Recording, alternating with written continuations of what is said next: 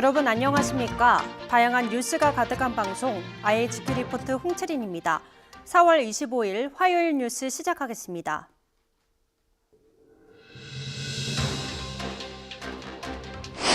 정부가 무력 충돌이 발생한 수단을 체류 중인 교민 28명을 대피시켜 수단을 탈출시켰습니다. 작전명은 프라미스였습니다. 한국행을 희망한 26명은 오후 4시에 서울공항에 도착했습니다. 국내 마약 투약자 규모는 24만 명으로 추정되지만 지난해 의료기관에서 치료받은 마약 중독자는 721명에 그쳤습니다. 마약 환자를 치료하는 전문 병원도 전국 2곳에 불과했습니다.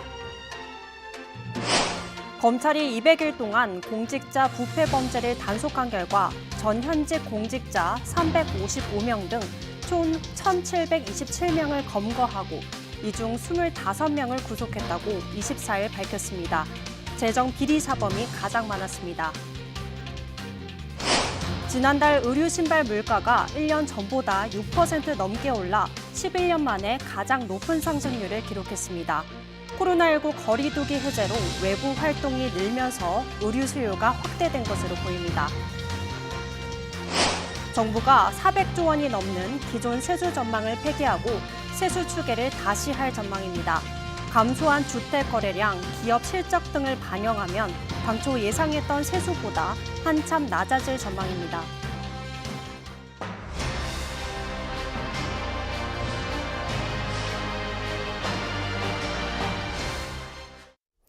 정부가 무력 충돌이 발생한 수단을 체류 중인 우리 교민 28명을 대피시켜 수단을 탈출시켰습니다.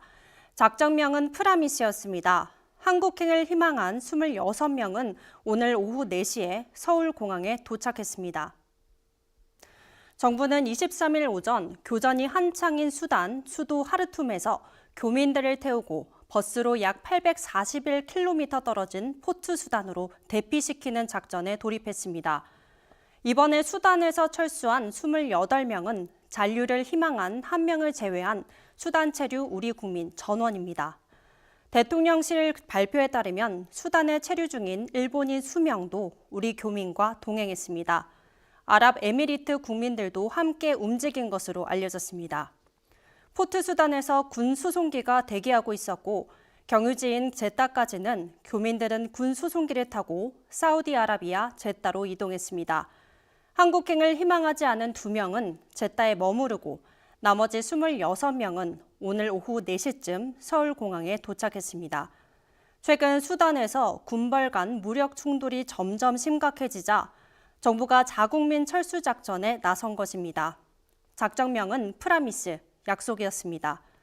프라미스 작전 과정에서 미국, 아랍에미리트, 사우디아라비아 등 우방국의 적극적인 협조도 받았습니다. 임종득 국가안보실 제2차장은 윤 대통령은 프라미스 작전 전 과정 동안 상황을 실시간으로 보고받고 미국으로 향하는 기내에서도 조태용 안보실장으로부터 교민 대피 관련 사항을 보고받았다고 전했습니다.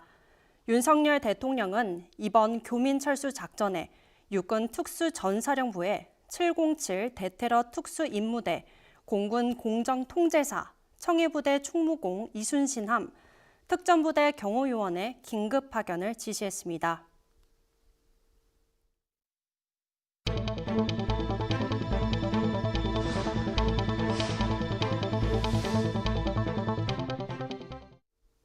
국내 마약 투약자 규모는 24만 명으로 추정되지만 지난해 의료기관에서 치료받은 마약 중독자는 721명에 그쳤습니다. 마약 환자를 치료하는 전문 병원도 전국 2곳에 불과했습니다. 24일 대검찰청에 따르면 지난해 붙잡힌 마약 투약 사범은 8,489명이었습니다. 그런데 적발되지 않은 국내 마약 범죄 암수율은 28.57배인데요.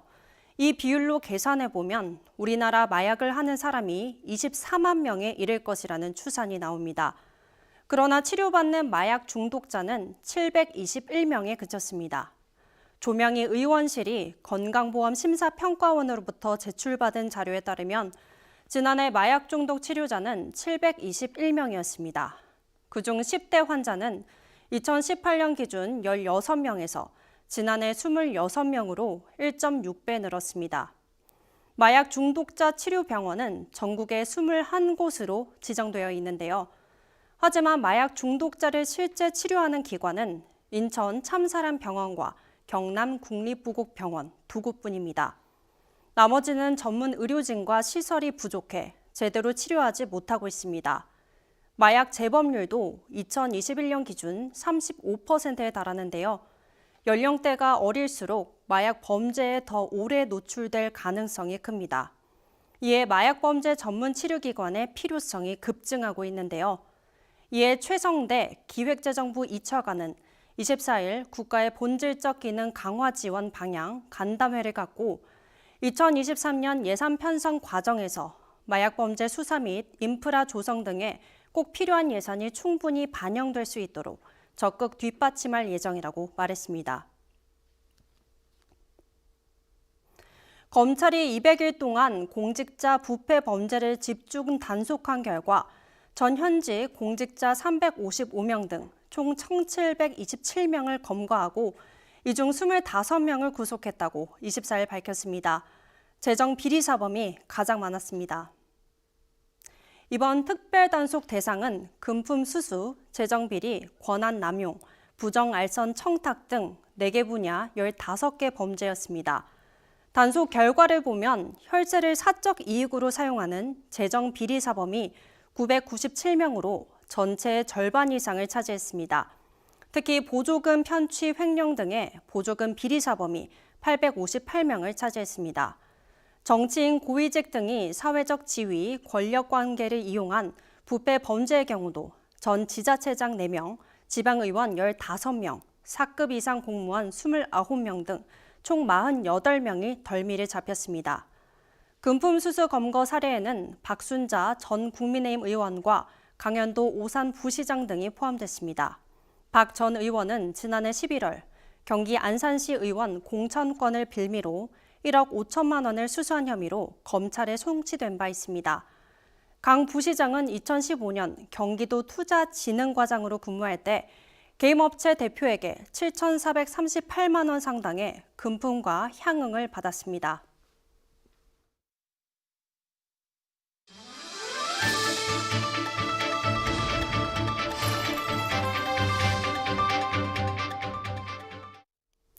지난달 의류 신발 물가가 1년 전보다 6% 넘게 올라 11년 만에 가장 높은 상승률을 기록했습니다.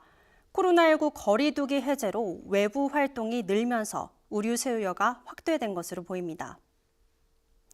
23일 통계청의 지출 목적별 소비자 물가 지수를 보면 지난 3월 의류 및 신발 물가는 1년 전보다 6.1% 상승했습니다. 이는 2011년 11월 이후 11년 4개월 만에 최고치입니다. 의류 신발 물가는 코로나19가 확산하는 동안 줄곧 0%에서 1%대 상승률을 보였습니다. 코로나19 이후 단계적 일상 회복이 시작된 2021년 11월부터 의류 신발 물가가 상승세를 나타냈습니다. 거리두기가 완전히 해제된 작년 5월엔 3%대, 작년 11월엔 5% 상승률을 보였고 지난달엔 6%대까지 올랐습니다. 그중 유아복, 아동복이 9.6%, 캐주얼 의류가 6.9%로 상승률이 가장 높았습니다. 여자 의류 물가는 5.4%, 남자 의류는 3.6% 올랐습니다. 신발 물가는 5.9% 올랐고 기타 의류와 의류 장신구는 3.8% 올랐습니다.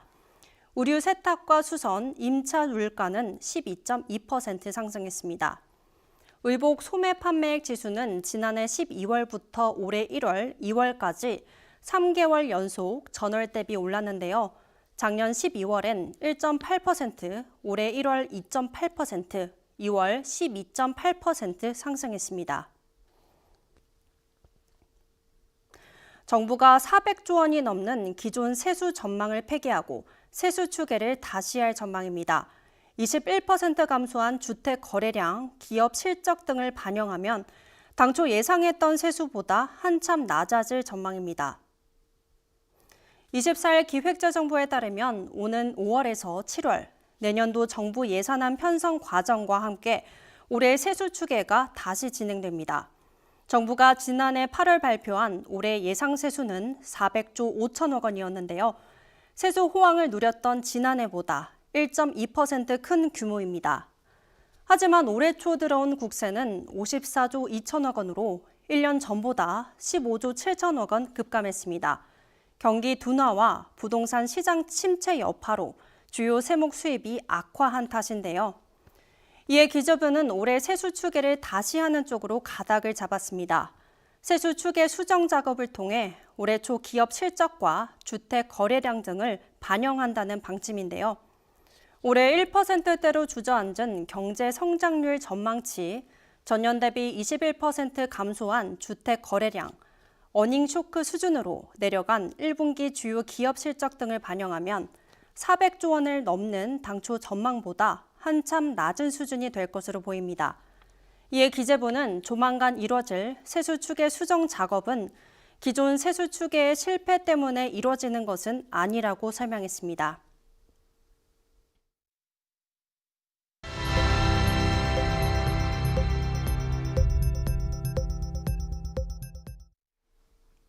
방위사업청이 사단 정찰용 무인 비행기 납품이 제때 이루어지지 않았다며 대한항공을 상대로 1,563억 원을 배상하라는 소송을 냈습니다. 대한항공은 2015년 12월 방사청과 사단 정찰용 UAV 총 16개 납품 계약을 맺었습니다. 이후 규격 설계 변경 등의 이유로 납품이 지연되자 방사청은 대한항공에 계약 지연에 책임이 있다고 지체상금 2,081억 원을 요구한 것입니다.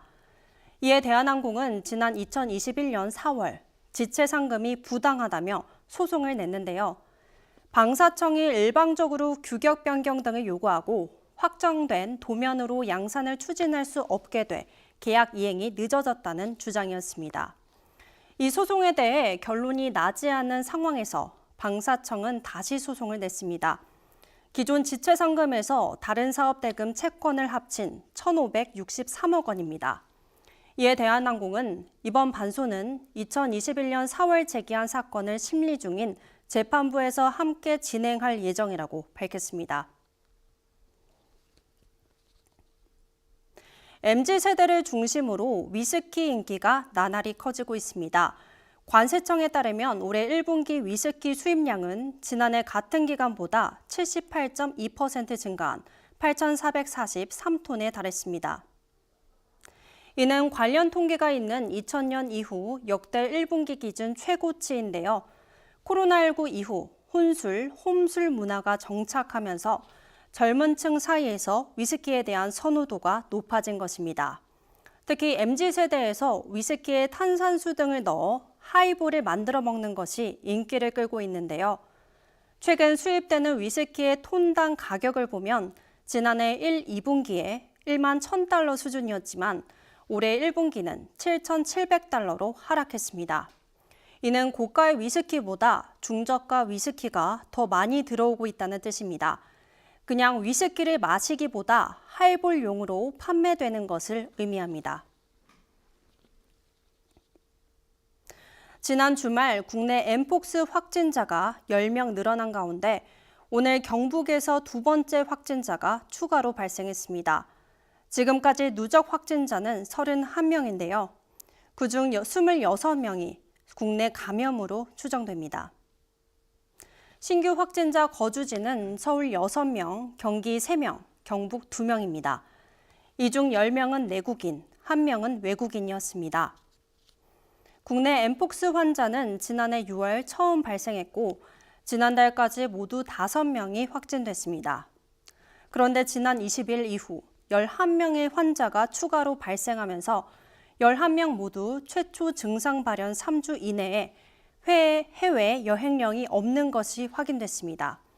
확진자들의 주요 증상은 피부 통증을 동반한 피부 병변이었으며 모든 환자에서 발진이 확인됐습니다. 이어서 날씨입니다. 휴일인 내일은 전국이 대체로 흐리다가 오후부터 차차 맑아지겠습니다. 오전에는 충북 북부, 전북 동부 지역에 5mm 미만의 비가 내릴 전망입니다. 기온은 춘천 7도, 서울, 대구, 광주 8도, 제주 11도로 예상됩니다. 오늘 준비된 뉴스는 여기까지입니다. 화요일 IHQ 리포트 마치겠습니다. 저희는 내일 저녁 5시에 다시 찾아뵙겠습니다. 시청해주신 여러분 고맙습니다.